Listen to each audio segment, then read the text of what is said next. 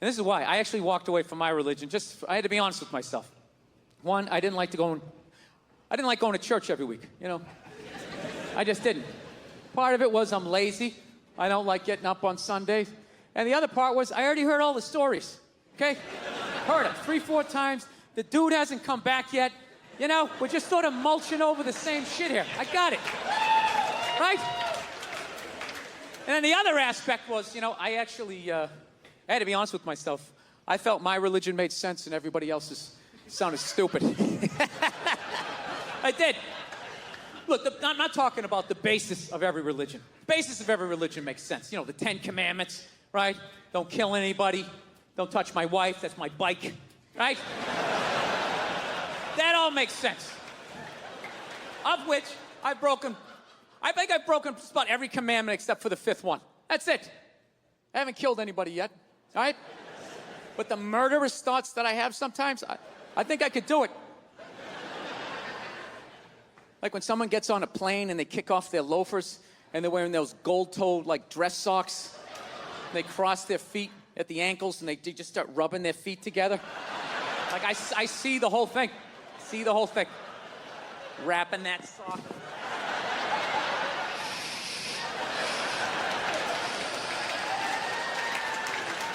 Right? See the whole thing. So we'll see. Still early on, right? But just the stories of how we got here and where we're going and what happens after we die. Everybody else's religion sounded stupid, you know? Like I live out in Los Angeles. There's a bunch of Scientologists out there. And the first time I heard the story of Scientology, I was like, that is the dumbest shit I have ever heard in my life. Yeah. Like, your guy's name is Ron. Ron. And he wasn't alive thousands of years ago, so you can hide a lot of it in the mystery. This guy was alive like 45, 50 years ago. He had a driver's license, social security number. There's like footage of him stubbing his toe. Motherfucker, right? And I don't know what happened. He was working at Denny's. He got sick of it. He's like, oh, I'll start a religion. Hey, everybody, there's a spaceship coming back. Everybody's getting sneakers. This is Tom Cruise. We're going to try to make you clear. Right? Now, look, I'm paraphrasing. To be fair to the Scientologists, I am paraphrasing. But that's essentially what they believe in. And I said that is the dumbest shit I ever heard, while simultaneously still kind of believing that a woman who never got fucked had a baby that walked on water, died, and came back 3 days later. So, yeah, that made total sense to me. So it just hit me one day. I was just like, well, why does that make sense and that shit doesn't, you know? They got a spaceship in theirs, you know? Right? We had the space shuttle, you know, there's sneakers. There's a lot of shit I can relate to in this. Why does that sound so dumb to me? I don't know. You know what it is? You know, I think it's because I heard their story when I was an adult.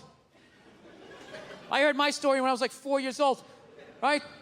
When I heard my story, there was still some fat fuck coming down the chimney giving me Christmas toys. If I lost a tooth, there was a fairy. There was an Easter bunny. Why wouldn't there be some bearded baby moonwalking across the lake? Throwing out bottomless buckets of shrimp or whatever he did. Of course that made sense. But what happened was as I got older, all of that stuff started to fall, right? Like, son, there's no fat fuck, it's your mother and I. Your mom's the tooth fairy, rabbits don't have eggs. Her tits are fake, the NBA's fixed, bankers are cunts, most of your dreams won't come true, right? And I was just like, wow, this is how the world is. And meanwhile, this shit was just floating, this 800-pound gorilla of this fucking story, and I just had to make a decision. What am I gonna do? What am I gonna do with this? Am I going to cling to it, be that person, you know? That's very offensive to me and other Christians and become that douche, right? I mean, be like the casual Christian, right? With like, you know, 1 foot on base and just, yeah, I kind of go a couple times a year and like, if my parents come to town, I act like I go all the time and then I don't go anymore. Or my last option, which was basically just let go of the shit, you know? Just let go. Just let go of it like that creepy moment in curling, you know? You know that moment where the shooter, whatever you call him, is just sliding with that rock, right? Just, let me do this right, just slide. And you think he's along for the ride, the two of them, they're a team, and all of a sudden, out of nowhere, he just goes fucking... And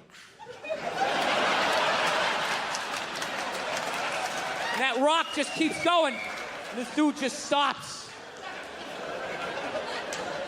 That's what I did with my religion. I just let go of it. I didn't read a riot act to anybody. I just let go of it. And on the third day, he rose again in fulfillment of I just floated away. So now it's like I'm in this weird place where I'm not in any...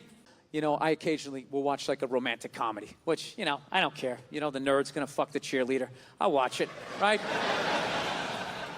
I don't mind them. It's an uplifting story. I just don't like the love scenes in romantic comedies. They creep me out. They're just so fucking nice. It's like missionary style. There's candles. That stupid saxophone music.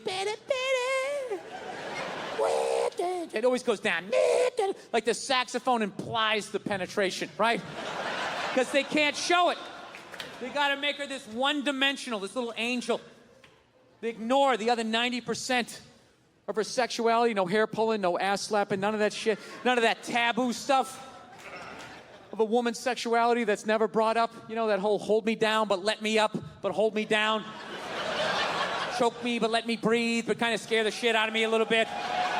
I want to feel your power, but I want to be safe, but let me know if you really want it to. You know, that whole 50 Shades of Rape, whatever the hell that is. Yeah. I don't even pretend to understand it. I remember the first time a woman wanted to get me to like choke her a little bit. I didn't even know what she was doing. I was just so psyched to be getting laid. I was just, trying. And she just kept taking my hand and she kept putting it like right here. And then I didn't know what she was doing. I thought she was like testing my core strength or some shit. I was just like... And finally, I was just like, what are you doing? She's just like, I don't know, just kind of like, you know, like squeeze a little bit. Yeah, it's kind of like, squeeze it. Why don't you want to do it? It'll be fun. Why don't I want to do it? I don't think I want a passed out naked woman with my fingerprints all around her neck. Having the cops show up. Yeah, she's in here, officer. Damnedest thing. It was her idea. I swear to God, it was her idea. Yeah, they always make it nice in those movies. Like the raciest thing they'll do is maybe every once in a while they kiss up against a wall. You know? I guess women like walls. I didn't know that. There's a lot of up against the wall kissing. Oh my God, it's the wall. Oh my God. It's supporting me. Maybe he'll support me. It's a metaphor. I love it. Right? Yeah. I saw one the other night. They were doing that, and then out of nowhere, they started having sex up against the wall. And I'm like, finally, something a little bit more interesting, right?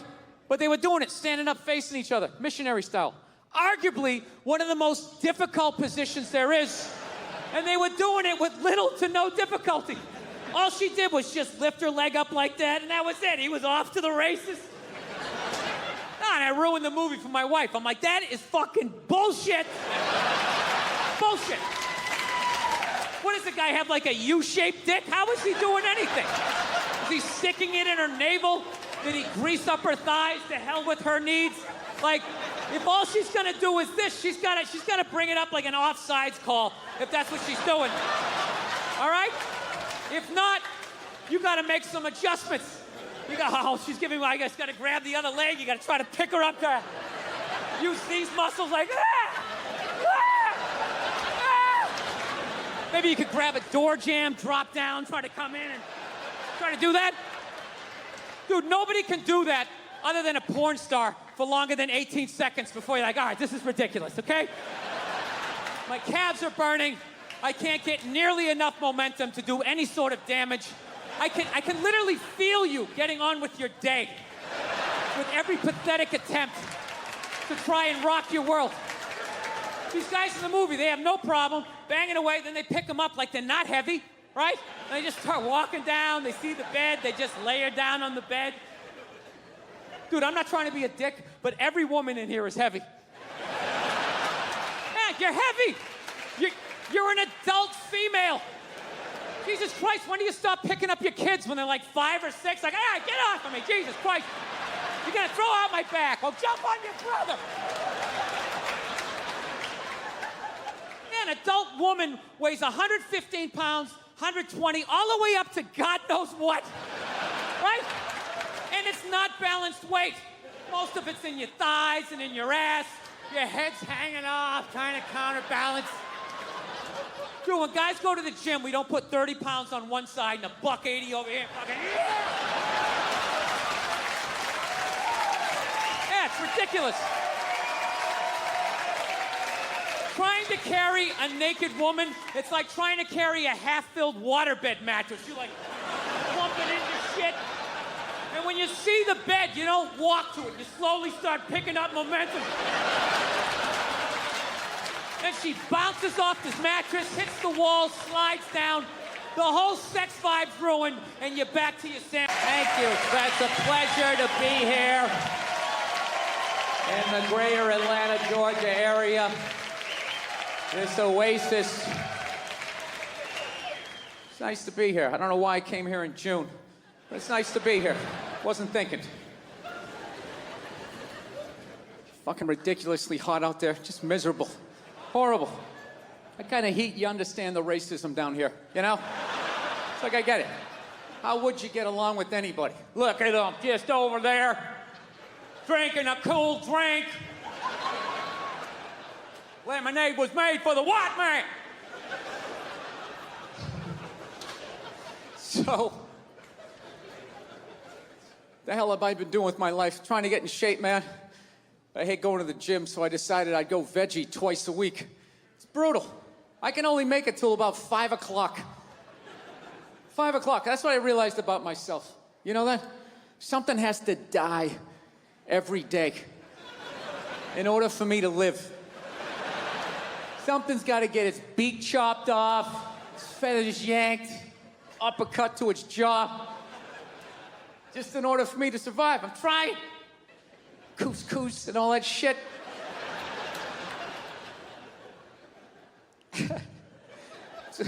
It's awful. I saw this thing, though, that they said if everybody went vegan. If everybody went vegan, though, it would be vegetarian, whatever the hell they said. One of those V ones, right? And they said it would be great for the environment. You know, because I guess there's all this cattle standing around, and when they fart, the gas goes up in the atmosphere and causes something. Right? They're always doing that shit. You know, if everybody went vegan, the air would be, if everybody drove an electric car, if everybody just had some snowshoes on, right? They just won't come out and say it. Nobody has the balls to come out and say it and just say, look, 85% of you have to go. That's it. That is it. I have been bitching about the population problem for 3 specials in a row. Waiting for some politician to have the balls to bring it up, but they won't do it. They won't do it. We live in a democracy, right? Can't be honest in a democracy. You need the votes. You can't run with that as your platform. Coming out there, and if elected, I would implement a program to immediately eliminate at least 85% of you. This planet